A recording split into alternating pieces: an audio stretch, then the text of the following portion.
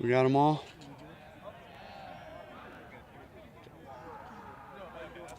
What do you see from TCU's offense, and especially preparing for a different quarterback?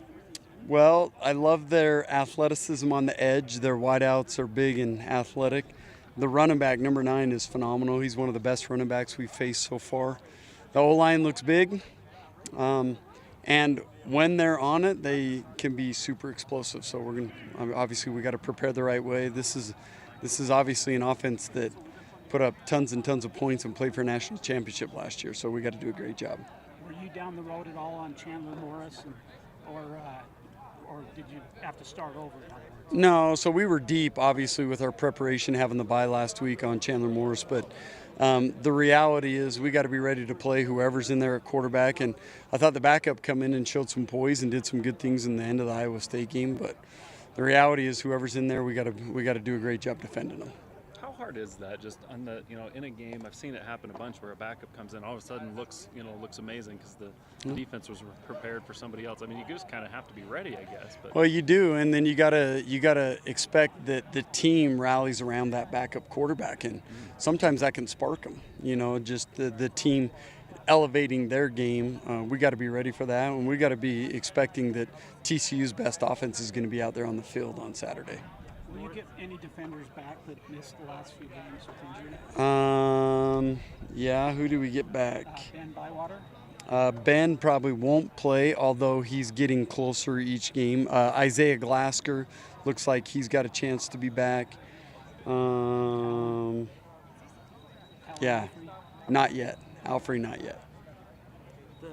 You touched on it a little bit there, but it's easy to forget that Morris was technically the starter last year, and then gets injured that first game of the year. Their backup leads TCU on a pretty incredible run. Does that kind of catch the guys' attention a little bit, preparing to face a backup quarterback, knowing what Max Duggan did a year ago? Well, I think that's a great point, and we got to continue to point that out to our team. Our guys just know no matter who's back, they're taking the steps. We got to be ready to defend their offense. I don't think it's going to change that drastically. We got to be able to defend their top plays and what they want to get accomplished. I don't see the game plan changing drastically with the new quarterback.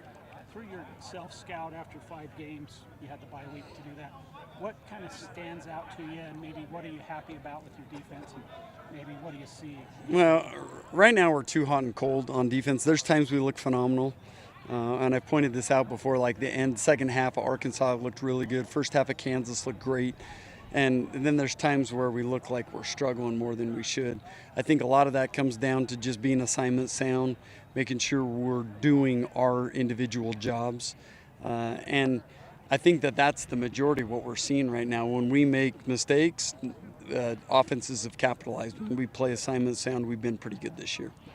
I don't see anything like in the scheme that necessarily the offenses are getting a hard beat on, like based on what we're calling. About 15 years ago, TCU, BYU, Utah, those were some fun games, some really big matchups. A lot of these kids weren't around or weren't probably paying a ton of attention, but for those of us who were around, what do you remember from those times and kind of having that opportunity to play that team again? Well, I remember 3 phenomenal teams, like the 08 Utah Sugar Bowl team, and then the 09 and 2010 TCU teams that went to BCS games. And anyway, bottom line, there were each one of those 3 teams won conference championships in those stretches, and it was like a dogfight every time we'd play one another. Those were dogfights, and TCU's got a great program, and they got a great tradition, and they've done phenomenal things from Gary Patterson on to the new staff that went to a national championship last year. This is a well-coached team that knows how to play football and has done so for a long time. So a lot's been made that BYU has done really well in the day or at night, and not as well in the day. As a head coach for Weber State, the record's, it's like 20-0 at night. Yeah. 500 in the day. As a head coach, is that a thing, or do you think that's just coincidence? I don't know. It's probably something that the coaches need to reflect on. But do we make a big deal of it with our players? Absolutely not. I don't put any stock in that, because the reality is no matter when you kick off, you better be ready to go. I know that's something people talk about. I don't put much stock into it. I've won a lot of afternoon games, and we've won a lot of night games, so that's how we'll approach it.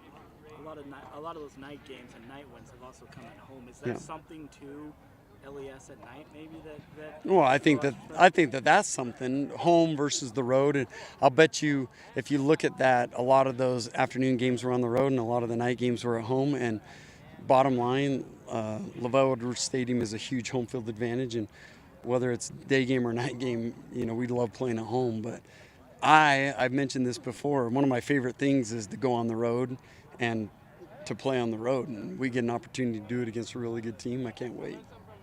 How big are these 3 Texas games, just as far as the ability to recruit there and get opportunities in Texas? I think it's huge. I mean, it's an opportunity for all those high school players to see us up close and in person. We're going to Texas twice in the next 3 weeks, so recruits get to come out and see us play and see our brand and what it's all about. And us in the Big 12 is a huge deal. So, we expect to go over and play great, and it's important for us to go play great. How do you think? Say that again. How much interest so far have you seen from Texas? Good. I mean, we've had some interest from especially the Dallas guys. I'm recruiting right now in Houston as well, and the reality is the move to the Big 12 is only going to help that. How do you think Harry Taggart did as a fill-in freshman linebacker for Ben the other night? Well, phenomenal. I think he had 12 tackles in his first real start and major reps, and so I thought he did a lot of good things. His speed shows up, his physicality shows up, and he's one of those players that's only going to get better as he gets more reps. If Ben can't go, is he the guy again? Yes. Mm-hmm. Yep. Okay, guys. Appreciate it. Thanks, Jay.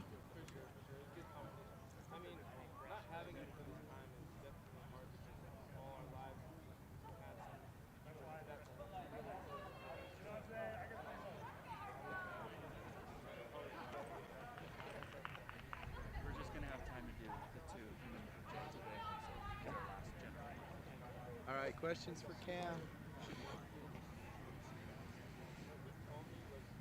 Thoughts as you get ready for this game? What are you seeing? TCU, big, fast, physical team. Assignment sound. They're a good football team. They just went to the championship a year ago, so we got to be prepared. Everybody talks about their speed. Is that evident on film? Yeah, it is. They all around, even the linemen are fast. Receivers, tight ends, quarterback. So, I mean, they're fast, but we got to be able to handle that.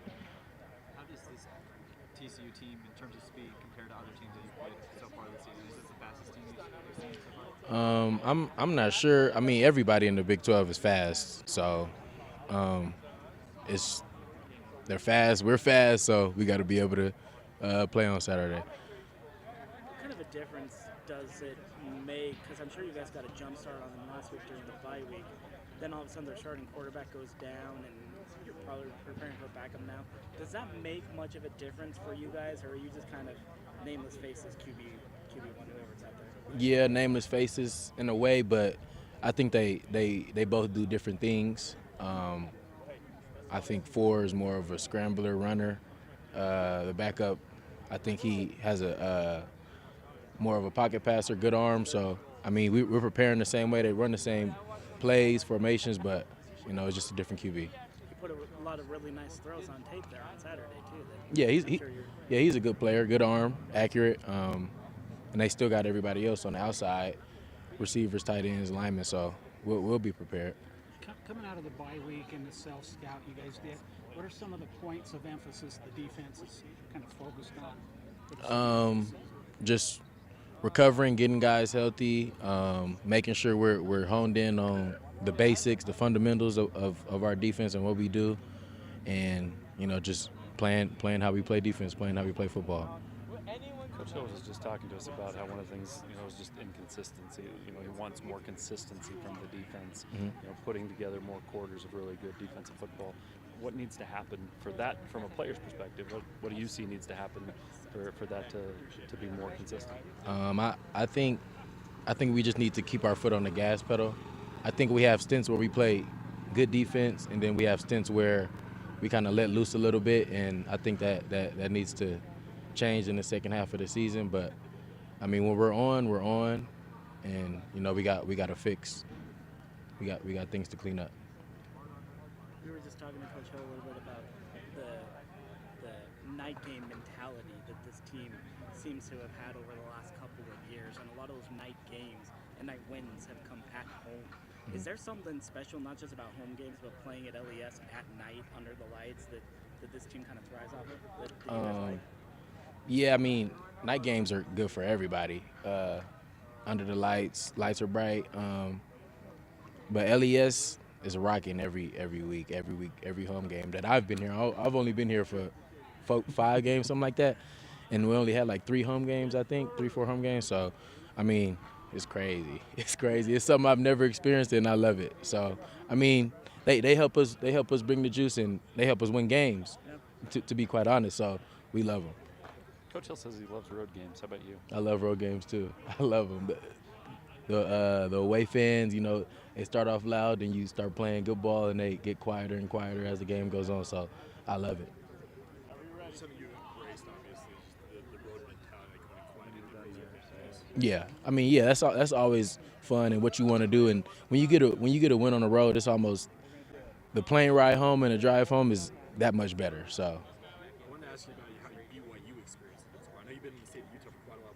Yeah. It's a lifetime experience. I have nothing bad to say about it. It's been everything I dreamed of and more. People are so nice here, so welcoming is kind of crazy. But I love Provo, I love BYU, and I recommend it to anybody. Cool. Okay, Thank thanks, you. Cam. Appreciate it.